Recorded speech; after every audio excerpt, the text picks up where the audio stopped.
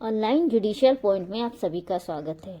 आज हम सीआरपीसी की धारा 1, धारा 2 से संबंधित जितने भी महत्वपूर्ण प्रश्न बनते हैं उन सभी प्रश्नों के बारे में हम जानेंगे और उनके उत्तर को समझेंगे तथा उन प्रश्नों के बारे में हम बताएंगे जो अभी तक के परीक्षाओं में पूछे गए हैं या आगामी परीक्षाओं में पूछे जाने की संभावना है। उन महत्वपूर्ण प्रश्नों को भी हम बताएंगे। चलिए सबसे पहले हम देखते हैं असंज्ञेय अपराध एवं असंज्ञेय मामला दंड प्रक्रिया संहिता की किस धारा में परिभाषित है।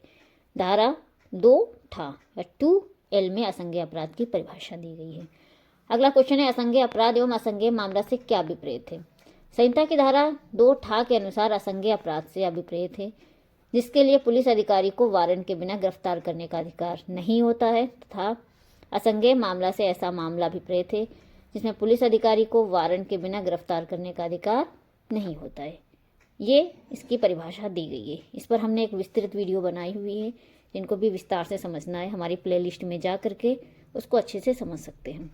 अगला क्वेश्चन देखते हैं परिवाद दंड प्रक्रिया संहिता के किस धारा में परिभाषित है।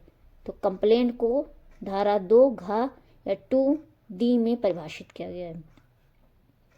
कंप्लेंट होता क्या है इसको भी हम देख लेते हैं। अगला क्वेश्चन है परिवाद से संहिता के अधीन मजिस्ट्रेट द्वारा कार्यवाही किए जाने की दृष्टि से मौखिक या लिखित रूप में उससे किया गया यह अभिकथन अभिप्रेत है कि किसी व्यक्ति ने चाहे वह ज्ञात हो या अज्ञात अपराध किया हो।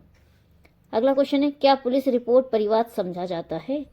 तो सामान्यतः नहीं, किंतु धारा 2D के स्पष्टीकरण के अनुसार ऐसे किसी मामले में जो अन्वेषण के पश्चात किसी असंज्ञेय अपराध का किया जाना प्रकट करता है, पुलिस अधिकारी द्वारा की गई रिपोर्ट परिवाद समझी जाएगी और वह पुलिस अधिकारी जिसके द्वारा ऐसी रिपोर्ट की गई है परिवादी समझा जाएगा।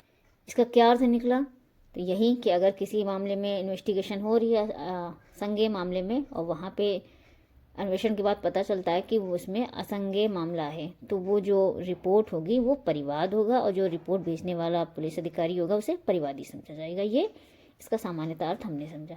अगला हम क्वेश्चन देखते हैं तो जांच से अन्वेषण की भिन्नता स्पष्ट कीजिए। जांच और अन्वेषण में अंतर क्या है। तो संहिता की धारा 2 या 2G से स्पष्ट है कि जांच मजिस्ट्रेट द्वारा किसी प्रश्न के निर्धारण हेतु है, जबकि अन्वेषण के अंतर्गत धारा 2 के अनुसार वे सब कार्रवाइयां हैं जो इस संहिता के अधीन पुलिस अधिकारी द्वारा या मजिस्ट्रेट से भिन्न किसी भी ऐसे व्यक्ति द्वारा जो मजिस्ट्रेट द्वारा इस हेतु प्राधिकृत किया गया साक्ष्य एकत्र करने के लिए की जाती है। तो ये अंतर था। अन्वेषण कौन करता है, पुलिस अधिकारी करता है, या प्राधिकृत अन्य व्यक्ति जिसे मजिस्ट्रेट प्राधिकृत करे वो भी अन्वेषण कर सकता है। जांच कौन करता है, तो ये एक न्यायिक कार्रवाई है, ये न्यायालय या मजिस्ट्रेट द्वारा किया जाता है। अगला क्वेश्चन देखते हैं तो दंड प्रक्रिया संहिता के अंतर्गत न्यायिक कार्रवाई में से क्या तात्पर्य है। तो न्यायिक कार्यवाही के अंतर्गत कोई ऐसी कार्यवाही है जिसके अनुक्रम में साक्ष्य वैध रूप से शपथ पर लिया जाता है या लिया जा सकता है। तो न्यायिक कार्रवाई से क्या हमने समझा कि वे सभी कार्रवाइयाँ जो साक्ष्य जिसमें साक्ष्य जो है वैध रूप से शपथ पर लिया जाता है, वे सभी कार्रवाइयाँ न्यायिक कार्रवाई होती हैं। अगला क्वेश्चन देखते हैं तो पुलिस रिपोर्ट को परिभाषित कीजिए। सबसे पहले पुलिस रिपोर्ट कहाँ परिभाषित किया गया ये भी क्वेश्चन बनता है। तो 2R याद करने का बहुत आसान तरीका है। R से रिपोर्ट, R से R, 2R यानी 2 या 2R में पुलिस रिपोर्ट परिभाषित है। धारा 2 के प्रकाश में धारा 173(2) के अंतर्गत पुलिस अधिकारी द्वारा संज्ञान करने हेतु सक्षम मजिस्ट्रेट के समक्ष प्रस्तुत की गई रिपोर्ट पुलिस रिपोर्ट कहलाती है। इसमें अन्वेषण का निष्कर्ष सम्मिलित होता है। तो पुलिस रिपोर्ट कहाँ परिभाषित है, तो 2R में, और इसके अंदर जो 173 की जो रिपोर्ट मजिस्ट्रेट को भेजी जाती है उसी को ही पुलिस रिपोर्ट कहा जाता है। और पुलिस रिपोर्ट के अंतर्गत जो अन्वेषण का जो निष्कर्ष होता है, उसका जो निचोड़ होता है वो उसमें लिखा होता है। समन को दंड प्रक्रिया संहिता की किस धारा के अंतर्गत परिभाषित किया गया है। 2W में 2 में समन को परिभाषित किया गया है।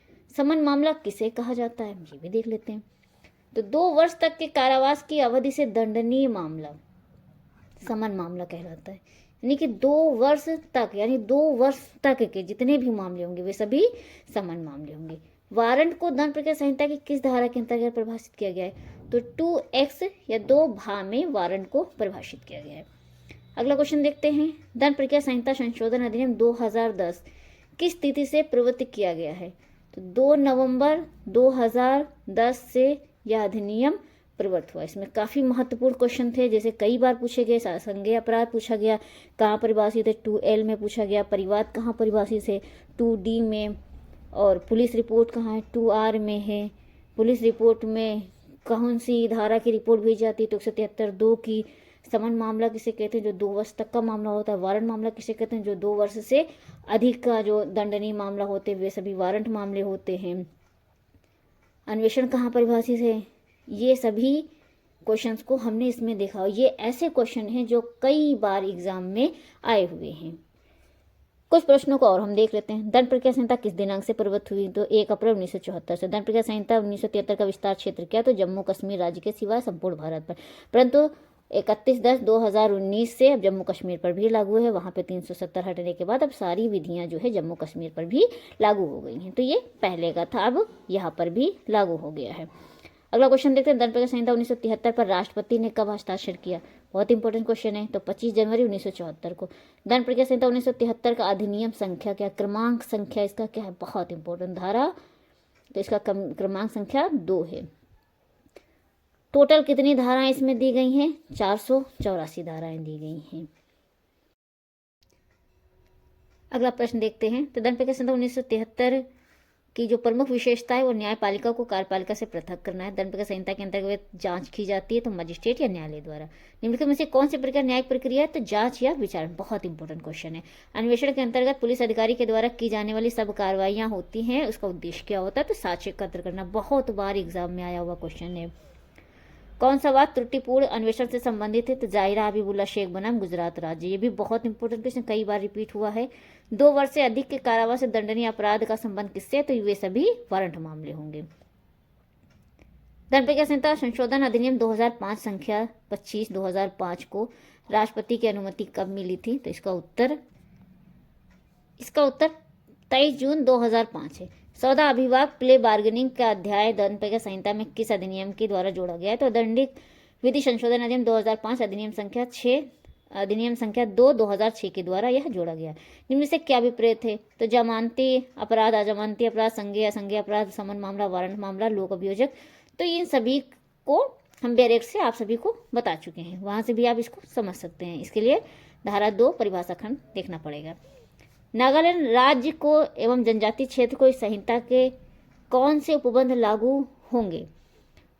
तो अध्याय 8, 10 एवं 11, किंतु संबंध राज्य सरकार अधिसूचना द्वारा ऐसे उपबंधों या उनमें से किसी को इन क्षेत्रों में लागू कर सकते। अब इसका मतलब क्या हुआ? तो जब धारा 1 हम देख रहे थे नाम विस्तार प्रारंभ, तो उसमें ये भी बताया गया था कि जब CRPC का विस्तार क्षेत्र हम बता रहे थे तो हमने बताया था कि संपूर्ण भारत पर, परंतु CRPC नागालैंड राज्य पर और जनजातीय क्षेत्रों पर लागू नहीं होंगे। लेकिन कुछ अध्याय थे जो वहाँ पर भी लागू होंगे, जैसे 8, 10 और 11। ये तीनों अध्याय जनजातीय क्षेत्र नागालैंड राज्य पर भी लागू होंगे। परंतु अगर राज्य सरकार चाहे तो अन्य उपबंधों को भी अधिसूचना द्वारा जारी करके लागू कर सकता है। अगला क्वेश्चन देखते हैं। दंड प्रक्रिया संहिता की किस धारा में जमानती अपराध को परिभाषित किया गया? तो 2A या 2 में जमानती अपराध क्या है? यह ऐसा अपराध है जो प्रथम अनुसूची में जमानती के रूप में दिखाया गया है या तत्समय पूर्वक किसी अन्य विधि द्वारा जमानती बनाया गया है।